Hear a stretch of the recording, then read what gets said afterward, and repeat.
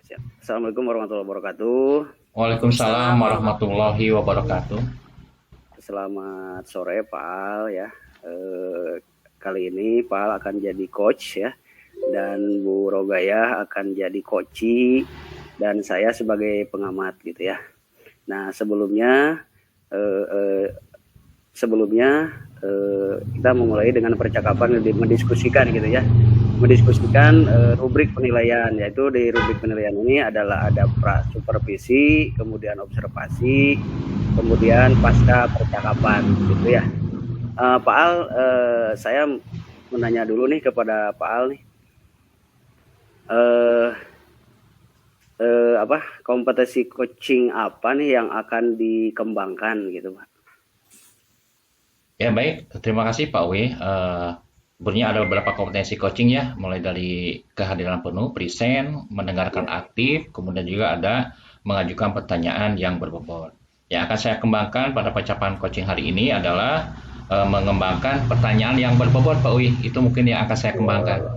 Jadi pertanyaan berbobot ya Pak ya? Iya. Nah, indikatornya Pak, ketercapaian dari tujuan pengembangan yang diinginkan itu seperti apa Pak?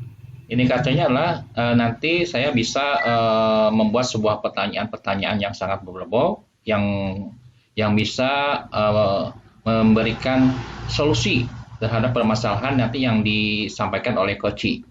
Nah itu. Baik, iya ya. Jadi itu indikatornya ya. Nanti setelah pasca observasi Pak, saya tanya lagi ya.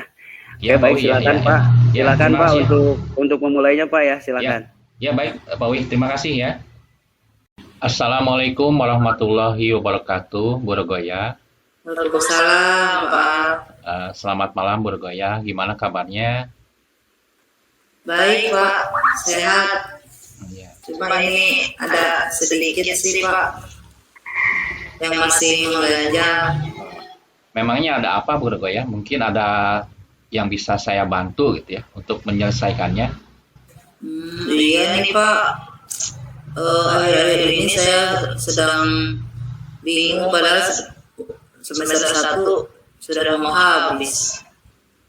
Tapi mudah-mudahan sih di depan semester 2 saya bisa tidak bingung lagi nih setelah di-coaching sama Pak A. Ini Pak, kan siswa saya itu banyak Pak, saya susah mengkondisikan anak. Jadi apa yang membuat Bu Rogoya bingung? Siswanya juga banyak, bahkan anak-anak juga pintar-pintar itu di kelasnya. Iya Pak, jadi kalau saya lagi mengajar itu, karena siswanya banyak ya Pak ya, jadi saya itu susah memanage anak itu. Anak itu ribut aja. Kadang jadi saya ada perasaan kesel, bingung harus bagaimana nih. Tapi saya juga sih suka melakukan kayak ice breaking sebelum belajar supaya anak fokus nyanyi-nyanyi atau sebagainya. Tapi tetap setelahnya itu ya begitu lagi Pak, maklum namanya anaknya banyak, siswanya Pak. Emangnya berapa satu kelas itu jumlah anaknya? Oh iya ya Pak Al mungkin karena sibuk ya. Banyak Pak, sekolah saya itu 60 Pak. Satu kelas 60? Iya. Itu gimana itu dengan jumlah siswa yang 60 dalam satu kelas diajar oleh satu orang guru gitu ya? Itu gimana cara mengajarkan pelajaran itu dengan 60 orang, apa dengan individu atau dengan berkelompok gitu? Iya makanya itu Pak, saya bingung. Sebetulnya saya sudah segala macam cara Pak dengan metode saya yang menyenangkan. Saya juga membuat media pembelajaran. Lalu saya pernah dibentuk kelompok Pak. Saya rasa sih saya sudah semuanya saya maksimalkan kemampuan saya. Cuma ya mungkin karena anaknya itu banyak. Terus saya kan pernah minta nih supaya dibagi 2 rombel, tetapi kan masalahnya gurunya yang kurang, nggak ada. Jadi ya saya usahakan kemampuan saya untuk membimbing mereka begitu Pak. Makanya itu yang jadi permasalahan saya. Saya mau ke depannya semester 2 nanti saya bisa lebih mengkondisikan anak, minimal anak itu pas saat proses pembelajaran itu bisa fokus begitu Pak. Memang sebetulnya kalau dengan jumlah siswa satu kelas 60 itu melebihi over kapasitas ya. Bahkan kalau dikatakan di dalam Dapodek itu kalau siswa SD itu maksimal itu sekitar 40 siswa ya ditangani oleh satu orang guru. Yang saya lihat biasanya di beberapa sekolah yang lain kalau jumlahnya memang lebih dari 40 biasanya kelas itu diajar oleh 2 orang guru gitu ya. Yang satu di depan, yang satu bisa di belakang. Ya, mereka saling berkolaborasi, nanti bergantian. Yang tadinya nanti guru di belakang, mengawasinya di belakang, nanti akan pindah ke depan. Mungkin salah satunya itu bisa diterapkan seperti itu. Kita bisa meminta ya bekerja sama dengan komite diajak berunding, orang tua juga sama supaya menambah guru gitu ya. Dalam artian menambah guru nanti ketika pembebanan yang lainnya itu dibeban kepada orang tua.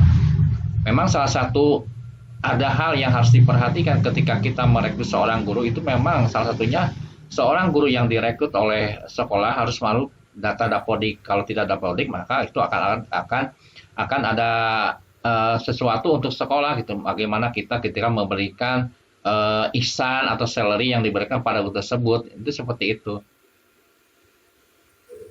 Iya Pak. Sebetulnya saya juga banyak minta saran, masukan, terus mungkin rencananya saya ke depan kelihatannya sih karena masalah pembagian kelas tidak mungkin. Paling mungkin saya akan menggunakan metode yang lebih beragam lagi dengan cara menentukan minat anak menggunakan pembelajaran diferensiasi Pak ke depannya. Insya Allah saya akan melakukan itu.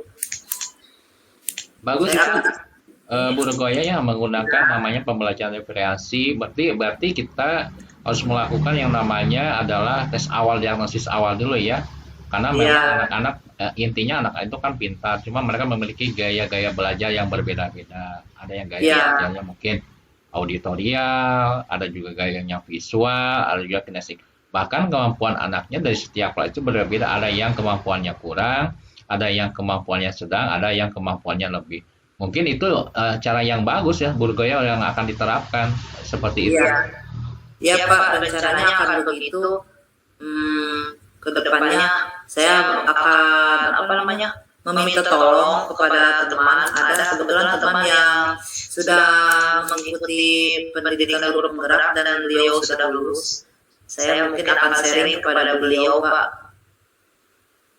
untuk kedepannya. Mudah-mudahan itu bisa saya laksanakan terutama untuk anak didik saya ke depannya. Tapi kalau menurut saya ada hal yang bagus loh. Biasanya kalau di sekolah itu suka ada mahasiswa KKN ya, mahasiswa yang PPL. Iya, udah lama kok nggak ada. Kalau memang ada nanti program dari mahasiswa yang PPL di sekolah itu bisa kita meminta bantuan dari mereka untuk membantu Bu Regoya untuk dalam proses pembelajaran. Oh iya, nanti kalau ada, tapi sekarang sudah lama sih tidak ada. Kalau ada iya udah beberapa tahun ya, tahun terakhir itu 2018 itu Pak. Sekarang udah lama nggak ke SD saya. Ada sih kalau di kecamatannya cuma nggak ke SD saya, datangnya ke SD lain. Nah itu gimana itu mengenai ketika satu kelas 60 siswa ya, sedangkan ukuran kelasnya itu mungkin tidak akan cukup untuk kelas yang jumlahnya 60 gitu ya. Itu nanti kedepannya akan seperti apa itu? Apakah ada tanggapan dari komite atau dari kepala sekolah menghadapi hal seperti itu gitu? Iya Pak, sudah. Mereka menanggapinya ya selain sabar ya tunggu. Karena sudah diajukan sudah, ke orang tua juga sudah, ke pemerintah juga sudah. Jadi kami sebagai guru ya selain sabar ya menunggu. Terus selama menunggu ya berarti saya harus berinovasi bagaimana nih mengkondisikan anak ini.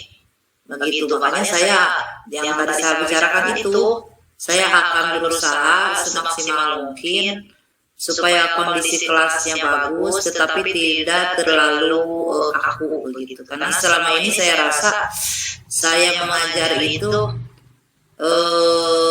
supaya cepatlah diam gitu, nggak melihat kemampuan anak sampai di mana, minat anak saya bagi rata semua bahwa mereka mampu, bahwa mereka mau gitu. Kedepannya saya mungkin akan begitu, Pak. Bu Goya, kalau dalam 1 minggu itu berapa hari belajarnya? Sampai Jumat, Pak. Kalau hari Sabtu itu khusus ekskul tapi kelas besar doang. Jadi kelas bawah Bisa tidak kalau pembelajarannya sampai hari Sabtu? Misalnya kan ada 60 ya, dibagi menjadi 2, 30 itu dibagi jadi 3 hari. 3 hari untuk yang 30 siswa, 3 hari lagi untuk yang 30 siswa yang kedua, seperti itu. Mungkin itu akan lebih efektif gitu. Itu pernah ada di sekolah yang di Bogor seperti itu. Ketika jumlah siswanya melebihi over kapasitas, mungkin pembelajaran pun nggak akan efektif. Gurunya juga sabarnya bukan sabar-sabar, tapi super sabar gitu ya. Tapi atau disiasatinya seperti itu, ada yang 30 hari, misalnya hari Senin, kemudian yang keduanya ada hari Selasa, saling bergantian itu bisa dilaksanakan. Juga bisa menggunakan pembelajaran flip classroom, pembelajaran terbalik. Kalau memang biasanya sampai hari Jumat, sekarang hari Sabtu 3 hari, mungkin sisanya akan diberikan dalam flip classroom, dalam grup WhatsApp, itu diberikan materinya dulu, dipelajari di rumah. Berarti kita butuh bantuan dari orang tua juga. Itu seperti itu. Iya, Pak. Ya, coba nanti saya praktekkan begitu, Pak. Saya praktekkan. Coba nanti di semester 2 saya praktekkan begitu, karena kan sekarang udah mau selesai juga nih pembelajaran semester 1. Ya, mudah-mudahan itu bisa berjalan dengan lancar. Itu juga saya dapat dari seorang pengawas gitu ya, ketika melihat kelasnya besar. Kita pergunakan artinya namanya flip classroom, pembelajaran terbalik. Yang pertama, kita bisa mengefektifkan waktu kita juga bisa membuat rencana-rencana yang lebih efektif lagi kepada anak gitu ya. Memang kan tetap aja pembelajaran itu juga perlu kerjasama, bukan hanya guru aja gitu. Jadi orang tua juga ikut terlibat di dalamnya. Kalau mengajar anak seperti ini, kalau jumlahnya 60 kan terasa sendiri gitu ya. Tapi kalau dibagi menjadi 30 akan terasa ringan. Mungkin orang tua juga akan ikut berpartisipasi gitu untuk memberikan pembelajaran di rumah juga dengan menggunakan yang namanya flip classroom seperti itu. Iya. Ya, saya nanti coba gimana, Pak? Tapi memang itu juga butuh yang namanya komitmen juga gitu ya, komitmen dari semuanya gitu. Apakah menyepakati keyakinan itu atau tidak gitu ya. Mungkin kita bisa mengundang dari komite, orang tua dan pengawas juga untuk mendiskusikan hal seperti itu, mencari solusi yang terbaik, win-win solution gitu ya, seperti itu. Iya. Siap, Pak. Terima kasih, Pak, masukannya. Ya. Kemudian mengenai rencana-rencana ke depannya gimana itu? Memang ke depannya kan nanti setelah semester 1 selesai kan ada semester 2 ya. Mungkin kalau memang nanti semester 2 diberikan guru gitu ya dari pemerintah atau guru pun honor, ada nggak nanti gurunya atau kelasnya akan dibagi menjadi 2 gitu? Rencananya kalau ada guru pasti dibagi 2, Pak. Kalau tidak ada, ya saya tadi melanjutkan rencana tadi, terus tadi ada masukan dari Pak juga. Insya Allah saya cobalah diterapkan. Terus saya juga akan melaksanakan pembelajaran yang saya sebutkan tadi supaya anak lebih, siapa tahu bisa terkoordinir dengan baik kalau misalkan guru ada. Karena menunggu guru juga tidak ada kepastian ini kapan, ini hari ini datang, kan nggak tahu tahun depan atau tahun depannya lagi begitu, Pak. Cuma kalau ada guru pasti langsung dibagi 2, karena sekarang kan mengangkat honor guru honor yang baru lulus sekolah juga kan tidak bisa, kecuali pindahan dari sekolah lain baru bisa. Kasihan juga mereka karena tidak masuk data. Jadi ngapain menghonor, kan nanti mereka mikir nih kalau nggak masuk data. Tapi Di sekolah Guru Goya ada nggak guru honor yang sudah masuk data Dapodik? Semuanya masuk data, Pak. Yang guru honor juga udah? Iya, semuanya masuk data karena semua guru lama. Guru lama ya, tapi ada yang masih honor? Honor banyak, Pak. Banyak. Itu bisa Guru Goya kalau memang ada guru yang masih fresh graduate atau guru siapapun yang ingin membantu pembelajaran di sekolah Guru Goya, bisa nanti dititipkan namanya ke guru honor yang lain, itu bisa seperti itu. Tinggal menghubunginya aja dari operator yang dari Dinas Pendidikan Kabupaten Sukabumi, Pak Pauji, itu bisa. Nanti ada solusinya dari Pak Pauji.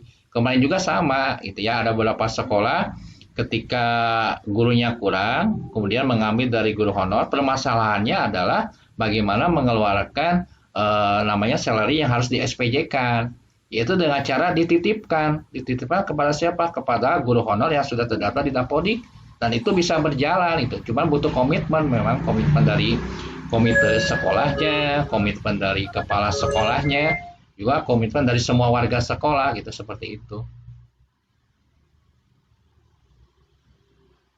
Iya, Pak. Nanti diterapkan begitu, Pak. Insya Allah mudah-mudahan terrealisasi rencana ke depan di semester 2. Terus mengenai pembelajaran yang menyenangkan nih Guru Goya ya, kalau satu kelas 60 itu terasa ya, jangankan 60 ya, 40 aja udah terasa ramainya gitu ya. Dulu ada suatu metode namanya metode chunking ya. Pernah nggak mendengar metode chunking? Oh, nggak pernah dengar, Pak. Cuma saya selalu menggunakan metode-metode, ya saya biasanya browsing di YouTube atau ATM dari teman gitu, supaya di kelas hidup. Sebetulnya sih yang penting itu untuk saya itu kan bukan hidupnya. Yang penting mereka fokusnya begitu kan, karena kalau disebut hidup mereka udah hidup duluan karena saking banyaknya. Coba maksud hidup mungkin di sini mereka hidup tetapi fokus begitu. Saya biasa browsing, Pak. Itu metode apa tadi, chunking saya belum. Chunking itu biasanya memadukan kata-kata yang pendek. Misalkan kalau Guru Goya memberikan pelajaran tentang Pancasila, sila ke-1 itu dilambangkan dengan apa? Misalkan bintang. Sila kedua dilambangkan dengan yang namanya rantai, ketiga pohon beringin, 4 kemudian kepala banteng, 5 paling. Dibuat sebuah cerita gitu ya. Misalkan bintang menyinari rantai, di bawah pohon beringin banteng sedang makan padi. Nah, itu seperti itu ada metode chunking. Jadi kita mengajarkan yang namanya konsep dasarnya dulu. Kemudian setelah konsep dasar baru kita berikan namanya the clue. Kalau saya menyebutnya the king dengan menggunakan kata love itu di papan tulisnya. Di kata love dikasih warna spidol warna biru, kemudian dikasih mahkota raja atau ratu. Dan di tengah-tengahnya dibuat kata-kata seperti itu, cerita itu, bintang menyinari rantai di bawah pohon beringin, banteng sedang makan padi. Ternyata itu menarik. Itu salah satu metode yang diterapkan oleh sebuah bimbingan belajar terkenal gitu ya. Ternyata itu bisa membuat anak-anak tertarik, betah gitu, karena mereka bisa mengeksplorasi bahkan cerita-cerita konsep dasarnya pun dibuat oleh anak-anak sendiri dengan kata-kata mereka sendiri. Itu seperti itu. Gitu, iya. Ya. Nanti dicoba, Pak, diterapkan juga itu masukannya. Kemudian berikutnya mengenai yang tadi ya, rencana-rencana ke depannya gitu ya. Tapi yakin nggak bahwa rencana ke depannya yang akan tadi diterapkan Guru Goya akan terrealisasi gitu? Saya positif, Pak. Yakin saya akan merealisasikan rencana saya. Udah yakin saya, Pak. Yakin. Dengan sekuat tenaga saya optimis. Tapi kalau rencana itu yakin, tapi pasti akan ada hambatan ya? Hambatan Iya, apa biasanya?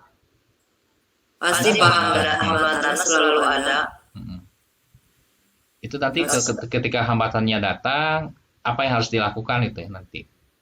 Dengan rencana-rencana yang tadi yang udah direncanakan oleh Guru Goya itu. Ya, hambatan selama hambatannya tidak terlalu berat, akan saya cari solusi sendiri. Tapi kalau misalkan menyangkut hal-hal yang hambatannya sarana prasarana, saya akan kolaborasi dengan pimpinan juga, dengan rekan sejawat juga. Cuma kalau paling kayaknya hambatan-hambatannya yang paling banyak kayaknya di sarana itu. Contoh kayak misalkan saya menggunakan tadi standarisasi tadi yang sesuai minat, pasti membutuhkan sarana juga walau di kelas. Nah, saya pasti akan melakukan kolaborasi dengan operator, dengan kepala sekolah, dan dengan rekan-rekan guru untuk membantu kelancaran saya ke depannya melaksanakan rencana saya itu, Pak. Ya. Ini begitu, Pak. Memang salah satunya adalah sarana ya, memang sarana itu butuh kolaborasi ya dari semuanya ya. Iya, betul. Betul. Memang sekarang ini memang untuk melengkapi sebuah sarana tidak semudah yang kita bayangkan gitu ya. Bagaimana kita menciptakan suatu sarana yang mendukung dalam proses pembelajaran, termasuk salah satunya adalah kelas yang bisa menampung 60 siswa gitu ya. Memang ketika kita mengucapkan ditambah aja, tapi ada proses yang harus kita lalui. Prosesnya yaitu kita harus memoto dulu kelasnya betul atau tidak, jumlah siswanya 60, buktinya ada, biasanya ada instrumen dari sarana prasarana yang harus diisi oleh operator. Setelah diisi nanti akan di uploadnya sebuah dokumen berdasarkan sekolah yang tadi yang akan di sarananya ditambah. Nanti ketika diupload maka akan masuk dalam data Dapodik. Nah, setelah dari data Dapodik, nanti akan diketahui oleh Dapodik dari operator dari Dinas Pendidikan, betul atau tidak mengisi datanya sesuai atau tidak. Nanti akan cross-check ke sekolah, betul atau tidak. Memang kalau sudah sesuai, nanti akan datang tim dari Dinas Pendidikan dan akan melihat ada kemungkinan nanti kalau memang 60 dengan jumlah kelasnya yang ini mungkin kelasnya juga akan ditambah gitu ya. Selain ditambah kelasnya juga, nanti gurunya juga akan ditambah. Biasanya kita ada kasih P3K ya, kasih kayak P4K ya, yang membidangi itu gitu ya. Biasanya kita biasanya kepala sekolah sih ya, yang punya wewenang untuk menghubungi pihak PKT yang ada di Dinas Pendidikan dan memberikan solusi yang terbaik gitu ya untuk sekolah tersebut. Iya, Pak. Sebetulnya untuk sarana ruangan, Pak, dari dulu juga udah terus-terusan, malah banyak yang melihat, yang memantau. Paling saya ke depannya untuk merealisasikan rencana saya itu ya meminta sarana ini aja untuk fasilitas saya di dalam hal menggunakan metode media, itu aja paling ke depannya. Soalnya kalau untuk sarana ruangan terlalu lama, terlalu jauh. Sedangkan kan semester 2 udah ada di depan mata. Paling saya rencana sarana untuk saya aja, karena pasti butuh juga itu sarana-sarana untuk pembelajaran anak itu. Kemarin itu kan saya hanya sarana-sarana sederhana, media pembelajaran sederhana, metode saya sederhana, begitu. Karena saya masih berpikir, coba yang ini, ternyata masih tetap nggak berjalan. Lalu mengenai tadi ya, Bu Ruaya masih tetap semangat ya, meskipun dalam satu kelas 60 ya, semangat terus ya untuk memberikan pelajaran yang terbaik buat anak-anaknya. Insya Allah Pak selalu semangat, karena kayak ada beban di pundak. Mereka menitipkan anaknya di sekolah saya, padahal sekolah banyak, tapi pada nitip di sekolah saya berarti mereka melihat ada yang dilihat gitu, makanya mereka masukkannya di sekolah saya. Mungkin begitu, makanya saya harus semangat, wajib semangat. Apalagi sekarang kan udah mengikuti kegiatan ini, pendidikan. Alhamdulillah ada sedikit banyak pengaruh juga pada dimana titik semangat saya selalu timbul lagi, gitu Pak. Ya, semangatnya Bu Rukoyah harus tetap dijaga yaitu ya, karena memang tidak mudah loh untuk mencari guru yang mau mengajar dalam satu kelas itu 60 gitu ya. Jangankan 60, 40 aja udah terasa gitu ya. Kemudian pembelajaran juga melalui kelompok-kelompok kan ya, ada kelompok kecil atau kelompok besar itu? Selalu Pak di bentuk kelompok. Saya biasanya bikin instan gitu, jadi supaya sambil bermain gitu. Tapi ada sih kelompok untuk di kayak praktek gitu. Kita praktek nih, kelompok di rumah ada, beda lagi biasanya per kampung. Terus kalau untuk pas pembelajaran saya selalu bikin baru, soalnya supaya lebih fresh. Sambil bermain juga mencari teman kelompoknya itu. Nah, karena walaupun banyak juga kan tetap pembelajaran harus selesai kan. Jadi ya saya usahakan selalu bikin kelompok. Kalau hanya ceramah, biasanya saya terlalu capek mulutnya. Terlalu banyak. Itu aja dikelompokkan nggak kadang mengkondisikannya masih susah. Kadang saya harus rasanya begini, apa besok meminta sarana speaker gitu kan. Tapi ya saya coba bentuk duduk aja saya rubah nggak mau menghadap ke depan terus kan. Saya kadang lingkar, saya kadang bentuk U, saya kadang bentuk L gitu, supaya saya bisa ngejangkau ke belakang, ngejangkau ke samping, bisa begitu. Tiap hari saya ubah-ubah. Itu perasaannya gimana mengajar anak 60 gitu? Sosial emosinya gimana itu ketika mengajar anak yang 60 siswa dalam satu kelas ya? Ada yang kinestetik, ada yang auditorial, ada yang visual gitu ya. Perasaan saya ya tidak ini sih Pak, campur aduk. Jadi kadang biasa saja, kadang ada bangga kalau ada anak yang berhasil. Pas saat saya tanya di refleksi akhir, mereka jawab, saya bahagia banget.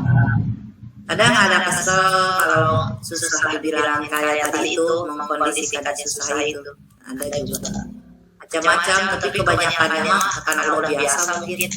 Ya biasa aja begitu Pak. Tapi saya yakin lah Guru Goya adalah seorang guru yang begitu sabar, bertanggung jawab gitu ya dalam membimbing anak-anak dengan menggunakan berbagai metode-metode menarik.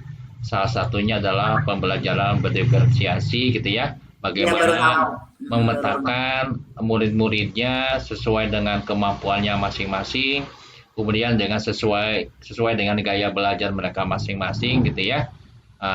Mungkin ke depannya harapannya tetap ya menjaga semangatnya, jangan kendor gitu ya, pantang terus gitu ya, karena kita adalah guru ya, kita adalah merupakan contoh bagi mereka, dan kita memiliki harapan kepada anak-anak kita, mudah-mudahan ke depannya mereka menjadi anak-anak yang sukses gitu ya, dengan didikan dari Guru Goya sendiri, dan juga peran dari kepala sekolah, warga sekolah juga, mohonnya nanti kan kolaborasinya juga ya, untuk membantu juga Guru Goya ke depannya gitu ya. Mudah-mudahan nanti di Januari sesuai dengan komitmen nanti mungkin akan ada bantuan-bantuan juga ya dari yang dipikirkan oleh semua warga sekolah atau pihak-pihak yang berkepentingan untuk menambah seorang guru yang bisa membantu Guru Goya dalam mendidik dan membimbing murid-muridnya itu.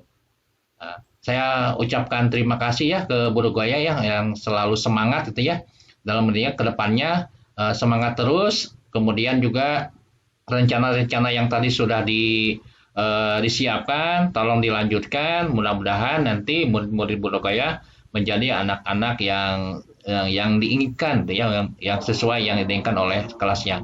Mungkin itu aja yang bisa saya berikan solusinya untuk Guru Goya. Ya, terima kasih Pak. Ya. Rasanya sekarang saya merasa lega Pak. Ada teman berbagi cerita, ya. Terima kasih Pak. Ya, gitu aja boleh ya. Terima kasih. Wassalamualaikum warahmatullahi wabarakatuh. Waalaikumsalam warahmatullahi wabarakatuh. Assalamualaikum warahmatullahi wabarakatuh. Waalaikumsalam warahmatullahi wabarakatuh. Selamat sore Pak Al. Selamat sore Pak Wi. Apa kabar hari ini? Alhamdulillah baik. Nah, bagaimana nih kabar anak-anak di sekolah, di kelas ya? Alhamdulillah hari ini sedang mengikuti PAS ya. Ada sebagian yang ikut, ada sebagian juga yang tidak bisa ikut, ada yang sakit juga. Tapi alhamdulillah sih berjalan dengan lancar gitu ya. Alhamdulillah, alhamdulillah. Baik Pak Al nih, terima kasih udah hadir di sore hari ini gitu ya. Nah, Pak Al ini ada yang mau disampaikan nggak nih di sore hari ini gitu ya? Ada ini Pak Uwi, ini mengenai salah satu siswa saya ya yang bernama Rival. Dia memiliki keahlian dalam bidang futsal ya. Bahkan kemarin dia menjadi top scorer Liga Kota Kabupaten Sukabumi dan mendapatkan hadiah ya dari hasil kerja kerasnya. Sebetulnya dia memiliki bakat dalam bidang olahraga. Tapi untuk mata pelajaran yang lain banyak yang belum tuntas. Saat ini sedang mengikuti yang namanya PAS, penilaian akhir semester ganjil tahun 2022, tahun 2023. Nah, syarat untuk mengikuti PAS ini adalah harus menggunakan namanya kartu kontrol, yang mana kartu itu harus ditandatangani oleh seguru mata pelajaran yang berjumlah 12 mapel dan akhirnya nanti akan ditandatangani oleh wali kelas. Nah, Rival ini ternyata banyak tugasnya yang masih belum terselesaikan. Makanya apa sih yang harus dilakukan gitu untuk membimbing anak yang bernama Rival ini supaya dia bisa seimbang antara bakatnya dalam bidang futsal tapi dia tidak lupa memiliki tanggung jawab untuk menyelesaikan tugas-tugasnya itu. Nah begitu Pak Wi. Baik.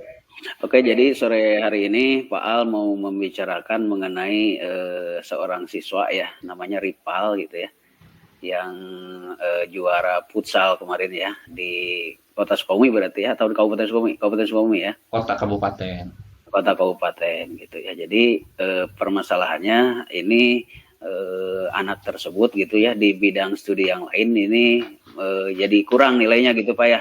Iya. Oh, gitu ya. Jadi seperti itu kan. Jadi akibat dari atlet mungkinnya anak ini kemudian pembelajarannya di mata pelajaran yang lain yang 12 itu menjadi kurang gitu, kurang baik gitu ya. Jadi begitu seperti itu kan Pak Al ya? Iya begitu Pak Wi itu. Nah, apa nih yang diharapkan Pak Al ya dengan percakapan di sore hari ini gitu? Ya, harapannya kita bisa menemukan solusi yang terbaik, win-win solution ya, yang mana Rival sendiri bisa menjalankan, mengembangkan bakatnya sebagai atlet futsal. Selain itu juga Rival juga bisa bertanggung jawab terhadap tugas-tugasnya terhadap guru mapel yang berjumlah 12 itu.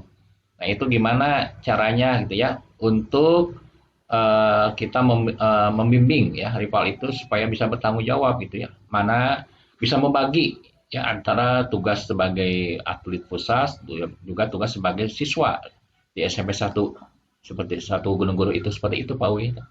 Oh baik Pak. Jadi menurut Pak Al jadi anak itu walaupun bakatnya prestasinya bagus tetapi di dalam pembelajaran juga harus mengikuti dengan baik gitu ya. Begitu mungkin ya Pak ya. Iya gitu. Jadi menurut pengamatan Pak Al ya dikatakan berhasil ini anak tersebut gitu ya. Dikatakan berhasil di bidang studi yang lain gitu ya. Yang seperti apa dan bagaimana gitu. Jadi kalau dikatakan berhasil karena syarat untuk mendapatkan nilai rapor itu harus mengikuti PAS gitu ya. Tapi untuk mengikuti PAS itu harus menyelesaikan tugas-tugasnya. Memang setiap anak memiliki yang namanya kemampuan yang berbeda-beda. Tetapi dalam hal ini Rival juga memiliki tanggung jawab, apalagi sudah membuat keyakinan kelas gitu ya di kelasnya. Ada kata-kata yang bertanggung jawab, saling menghormati, saling menghargai. Nah, memang setiap guru memiliki pandangan yang berbeda. Mapel, ada yang gurunya memang inginnya tuntasnya semuanya, tapi ada juga yang gurunya juga berbaik hati gitu ya. Dari beberapa tugas yang diselesaikan, boleh diselesaikan hanya beberapa saja. Atau bisa juga diganti oleh tugas-tugas yang lain yang tidak terlalu berat. Karena menurut Rival sendiri, katanya tugasnya ada yang terlalu berat, yang tidak bisa dikerjakan oleh Rival sendiri gitu ya. Nah itu seperti itu Pak Wi. Baik. Jadi kalau yang dikatakan berhasil itu berarti yang tugas-tugasnya selesai gitu ya, siswa tersebut gitu ya. Nah, kalau dikatakan berhasil tadi kan anak tersebut gitu ya, kalau kita kasih nilai ini dari 1 sampai 10 gitu ya. Kalau sekarang ini berada di level berapa ini anak tersebut gitu Pak? Kalau dari sebagian guru, kalau memang tugasnya belum selesai, mungkin diberikan nilai di pas KKM gitu ya. Kalau KKM-nya misalkan 77, maka diberikan 77. Tapi keinginan dari guru itu setiap anak memiliki nilai di atas KKM. Kenapa? Karena nanti mereka akan melanjutkan, apalagi rival ini adalah kelas 9 gitu ya. Mereka memiliki cita-cita untuk melanjutkan ke sekolah yang menjadi favorit mereka. Tapi kalau nilainya di bawah KKM itu akan sulit untuk bersaing dengan sekolah yang lain. Begitu ya Pak? Iya, begitu Pak Ewi. Jadi dikasih nilainya KKM aja gitu ya? Iya. Karena memang mungkin prestasinya dan juga mungkin karena kemampuannya gitu di situ. Iya. Ya. Nah, mungkin bisa Pak Al ini bisa membantu anak tersebut gitu ya agar mencapai nilai yang maksimal ya yang diinginkan oleh Pak Al tadi, bahwa anak tersebut gitu ya memiliki nilai yang di atas KKM-nya gitu ya di semua bidang mata pelajarannya gitu. Nah, ini mungkin ada yang disiapkan oleh Pak Al mungkin, atau ada yang dibantukan kepada siswa tersebut gitu. Kalau saya melakukannya, satu, mengidentifikasi dulu. Saya identifikasi apa sih yang menyebabkan rival bisa seperti itu.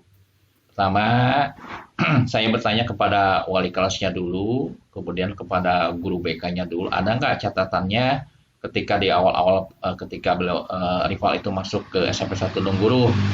Ternyata ketika ditanya kepada guru BK, ada catatannya bahwa rival adalah salah satu anak yang memiliki bakat dalam bidang olahraga, tapi dia bisa dikatakan ketika membaca masih terbata-bata gitu ya.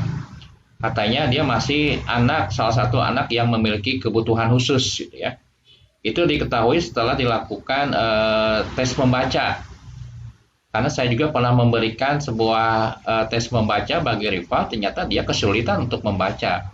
Kemudian saya melakukan yang namanya student intimasi, kedekatan dengan rival di luar jam belajar. Kenapa? Karena rival itu senangnya futsal, saya juga kan hobinya futsal ya, karena suka bermain, karena ngobrol dengan anak-anak futsal gitu ya. Berani gitu ya, rival juga menceritakan yang dihadapinya seperti itu. Berkata yang sejujurnya, apa sih sebetulnya permasalahannya. Saya melakukan juga yang namanya restitusi juga ke anaknya, ternyata dia dalam mengakui bahwa kemampuan dalam bidang yang lain itu sulit katanya, makanya ketika saya berbicara kepada guru yang lain, mohon untuk diberikan tingkat kompetensinya tidak sama dengan anak-anak yang lain. Nah, itu seperti itu Pak Uwi. Baik. Jadi anak tersebut gitu ya, idenya tadi Pak Al itu mengidentifikasi dulu gitu ya anak tersebut ya, bertanya kepada guru BK dan lain sebagainya. Itu bagus sekali idenya. Nah, tetapi dengan ide tadi, apakah ada hambatan atau kendalanya Pak Al ini? Hambatannya biasanya rival itu kalau ke sekolah, kalau kemarin juga beberapa kali tidak masuk ya, dikatakan katanya ada kegiatan yang berhubungan dengan futsal. Kadang juga orang tuanya juga datang menceritakan gitu ya. Jadi kadang-kadang tanggung jawabnya untuk menyelesaikan tugas itu sulit gitu ya. Kadang-kadang anaknya itu tidak ada di sekolah gitu ya. Kadang-kadang anak-anaknya itu ketika ada pelajaran yang dia tidak suka, dia tidak mau masuk gitu ya. Contohnya matematika. Kalau yang lain masuk, kalau dia nggak ada, itu pas pelajaran matematika. Kenapa? Katanya, Pak, sulit sekali katanya mengikuti pelajaran matematika. Makanya dia pernah mau masuk. Makanya ketika di kartu kontrolnya matematika masih kosong gitu ya. Ternyata itu sebetulnya dia tidak sanggup. Jangankan diberikan matematika yang tingkatannya seperti itu, dikasih perkalian aja dia masih belepotan untuk menjawabnya. Nah, itu seperti itu. Betul. Ya, jadi kalau untuk ide mungkin ya Pak Al itu udah ada ide ya tadi, seperti mengidentifikasi, kemudian memberikan nilai-nilai tambahan, menambah jam pelajarannya gitu ya.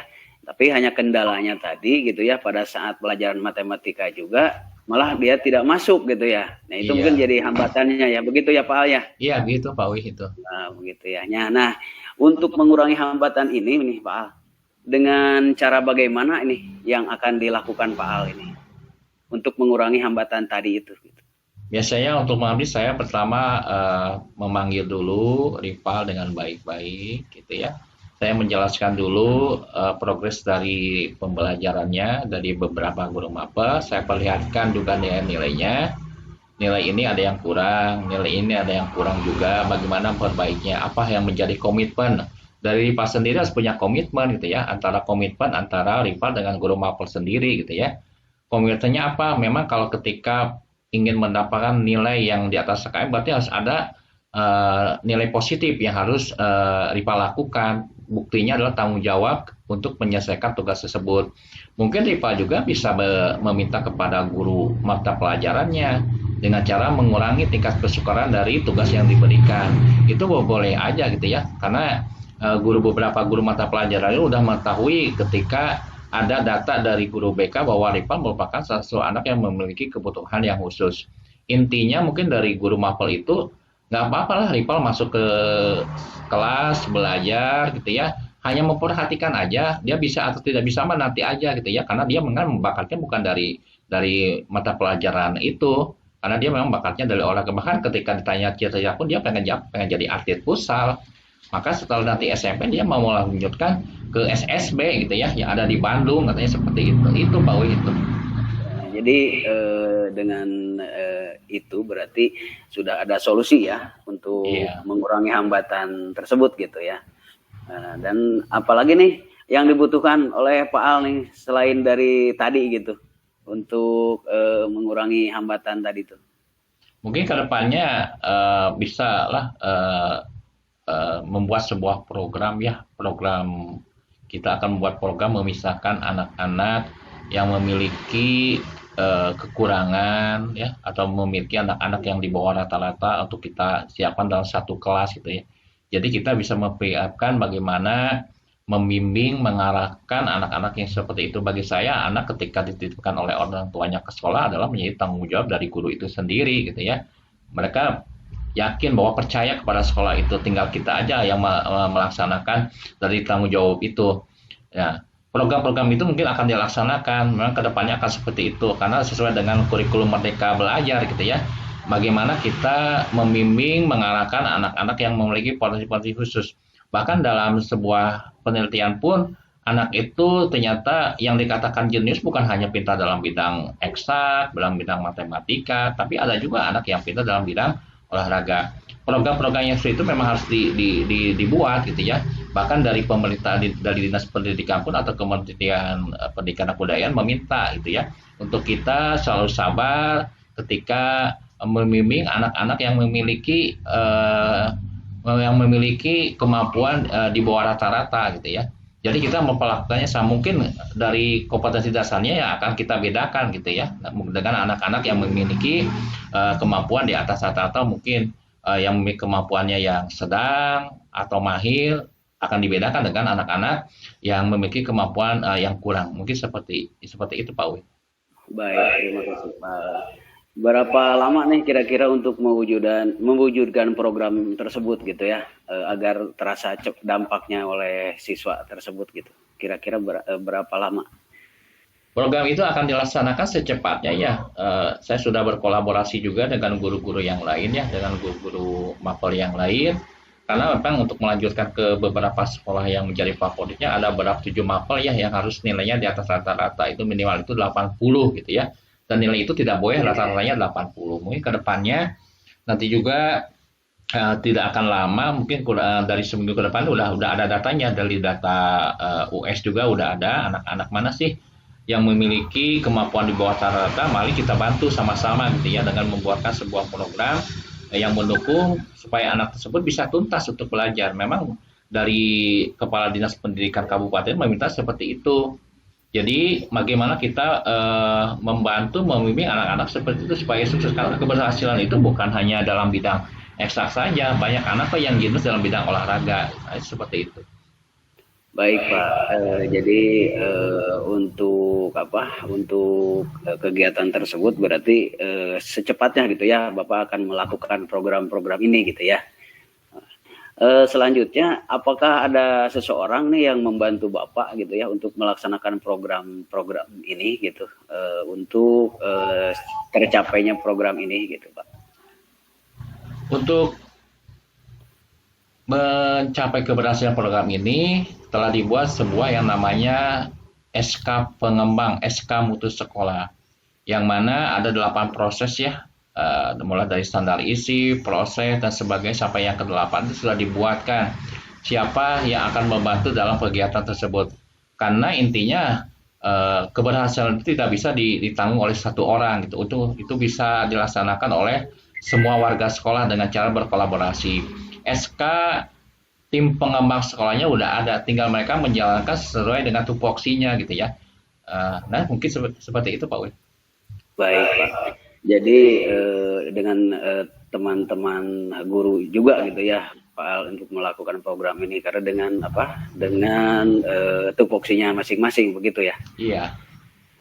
Oke, baik Pak Al. Mungkin kalau boleh saya merangkum nih bahwa dengan kegiatan tadi Pak Al ya ada kendala ya di dalam membangkitkan ataupun membagikan nilai dari siswa tadi gitu ya, ada kendala, tetapi dengan percakapan ini Pak Al jadi ada solusi gitu ya untuk memecahkannya begitu Pak Al ya.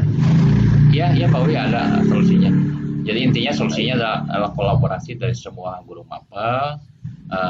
Bagaimana kita membimbing anak-anak kita, tidak memilah-milahkan anak kita, makanya kita membuat sebuah aksi nyata gitu ya. Aksi nyatanya memang harus ada perencanaan dulu, rencana-rencana yang akan dilakukan ke depannya untuk membimbing anak-anak seperti itu gitu ya.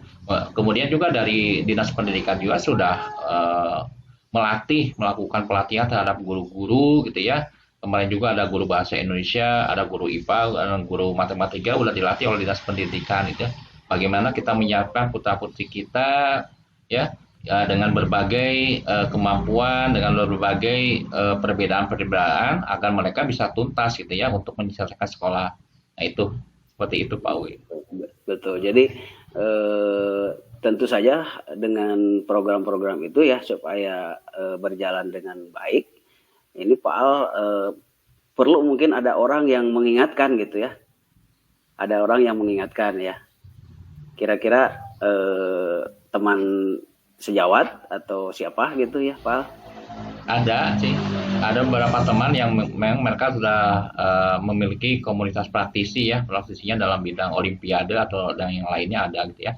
Ada yang dari guru-guru senior yang udah berpengalaman ya. Dan juga dari pengawas sendiri gitu ya. Pengawas sendiri selalu mengingatkan, bahkan dari sekretaris dinas kabupaten juga mewanti-wanti gitu ya, ketika kita memiliki anak yang seperti ini tolong dibantu supaya mereka tuntas untuk melanjutkan ke sekolah jenjang berikutnya. Baik. Jadi program ini secepatnya mungkin ya kira-kira mungkin dari semester genap udah mulai dijalankan itu awal Januari itu udah. Karena melihat dari sebentar lagi akan menghadapi ujian, saya sudah memetakan anak itu mau melanjutkan kemana, mau melanjutkan ke SMK negeri baik atau di kabupaten maupun di kota, itu udah saya petakan, maka program ini akan berjalan dari awal Januari ya. Nah, itu. Baik. Nah, Pak Al, apakah yang didapatkan oleh Pak Al nih melalui percakapan sore hari ini sudah sesuai dengan harapan Pak Al nih di awal pembicaraan kita tadi? Dengan adanya percakapan ini ya, saya mendapatkan juga ya inspirasi bagaimana mengatasi anak yang seperti itu, solusinya gimana, rencana tindak lanjutnya seperti apa ya. Bagaimanapun tetap murid itu atau Rifa itu adalah anak didik saya. Saya juga harus membuat dia itu meraih apa yang dia cita-citakan. Nah itu. Baik. Ya jadi harapannya mungkin sudah ada dari tujuan tadi ada tercapai gitu ya. Nah, Pak Al, kita sudah berada di sesi akhir pembicaraan kita nih sore hari ini ya. Jadi bagaimana perasaan Pak Al nih setelah melakukan percakapan kita sore hari ini? Setelah melakukan percakapan hal ini, saya itu merasa senang. Kenapa senangnya? Kemudian tercerahkan. Tercerahkannya karena Pak Wi memberikan solusi-solusi, rencananya tindak lanjut, aksi nyata juga bagaimana membimbing anaknya seperti itu supaya kedepannya anak itu bisa meraih apa yang dia cita-citakan ya dengan membuat beberapa program-program yang bisa mendukung terhadap peningkatan dari anak itu yang tadinya kurang bertanggung jawab menjadi bertanggung jawab, yang tadinya malas menjadi rajin, yang tadinya nilainya di bawah KKM akhirnya dia bisa mendapatkan nilai di atas KKM. Baik, terima kasih Pak Al. Berarti ada baiknya ya. Selanjutnya ini saya tunggu nih tentang keberhasilan programnya nanti nih. Saya tunggu lagi nih untuk berbincang kembali ya Pak Al ya. Ya, Oke, baik Pak Al. Januari. Pak Wi ya, launchingnya Januari. Itu di awal KWM kedua itu akan di launching untuk membimbing dan membantu anak-anak yang seperti itu, yang mereka yang memiliki kemampuan atau kebutuhan di bawah rata-rata seperti itu. Baik, terima kasih. Nanti saya tunggu nih ya, Januari kabar baiknya Pak Al. Ya. Terima kasih Pak Al. Terima kasih ya Pak Wi yang sudah memberikan solusi bagaimana memecahkan masalah, bagaimana mencari penyelesaian terhadap anak-anak yang memiliki potensi dalam bidang olahraga tetapi dia memang dalam bidang akademiknya kurang. Tapi itu tetap saja keberhasilan seseorang itu tidak ditentukan dari nilai akademiknya. Karena keberhasilan seseorang itu ditentukan dari kreatif tidaknya murid tersebut. Kalau dia memang memiliki bakat dalam bidang olahraga, mari kita bimbing dia untuk mencapai cita-citanya sesuai dengan bakat dan minatnya. Mungkin sebentar. Baik, terima kasih Pak Al. Ya, saya terima kasih Pak Wi, terima kasih. Perbincangan yang sangat menarik sekali ini. Terima kasih, cuma sayangnya waktu ya terbatas. Terima kasih Pak Al. Terima kasih Pak Wi ya. Wabillahi taufiq wal hidayah. Wassalamualaikum warahmatullahi wabarakatuh. Waalaikumsalam warahmatullahi wabarakatuh. Setelah tadi Pak Al melakukan observasi ya kepada Koci ya. Jadi apakah indikator ketercapaian dari tujuan pengembangan yang diinginkan tadi sudah tercapai Pak? Tadi ketika melaksanakan percakapan Koci, ya, kami sudah melakukan dengan menggunakan alutirta, mulai dari tujuan menyampaikan, tujuan dari coachingnya apa, kemudian juga memberikan identifikasi, kemudian rencana aksi dan juga tanggung jawab.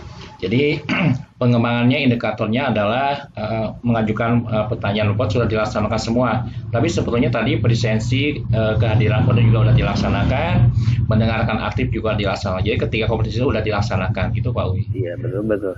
Jadi memang setelah saya amati juga tadi percakapan coaching ya, tadi Pak Al sudah melakukan keterampilan coachingnya dengan baik gitu ya, yaitu kehadiran penuh, kemudian menjadi pendengar yang baik dan melakukan pertanyaan-pertanyaan yang berbobot gitu ya kompetensinya.